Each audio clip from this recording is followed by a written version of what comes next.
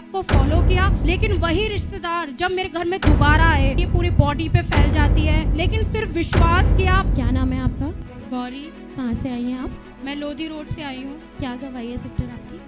मेरी गवाही ये है कि मुझे यहाँ सीने पे अपने आप कुछ वाइट धब्बे हो गए थे, जैसे छीप होती है वाइट रंग की, ऐसे धब्बे से होने लग गए थे मेरे यहाँ पूरे सीने पे। कितने टाइम से थे आपको ये? मेरे करीबन 4-5 महीने से वो धब्बे हो रहे थे और बाकी मुझे याद भी नहीं, लेकिन काफ़ी टाइम से मुझे यहाँ पर वो सफ़ेद धब्बे छीप नज़र आने लगी थी, बिल्कुल ऐसे फ्रंट पे।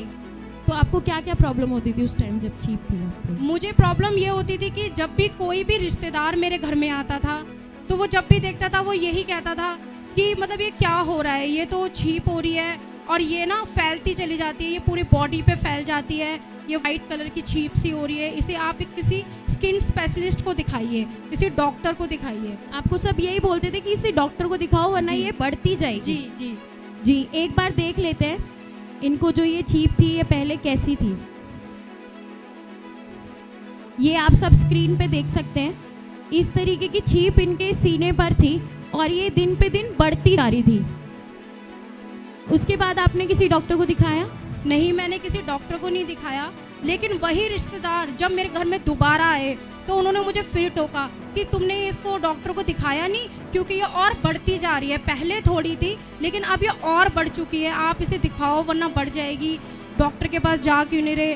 तो मेरे दिमाग में बस यही टेंशन थी, मैं कौन से डॉक्टर के पास जाऊँ, कहाँ जाना पड़ेगा, कहाँ बैठता है स्किन स्पेशलिस्ट, कैसे दिखाऊंगी। तो बहुत सी चिंताएं मेरे मतलब दिमाग में लगी हुई थी। फिर क्या हुआ? फिर मैं यहाँ भवन में, परमेश्वर के भवन में आने लगी।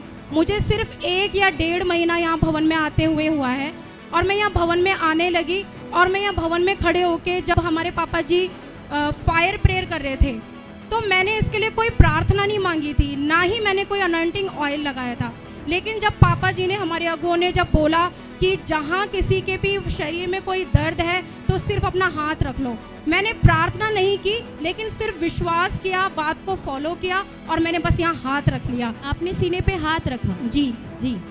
और मैं हाथ रख के फायर प्रेयर चल रही थी और उस फायर प्रेयर में मैं बस हाथ रख के प्रार्थना कर रही हूँ, विश्वास कर रही हूँ और मैं अपने घर चली गई।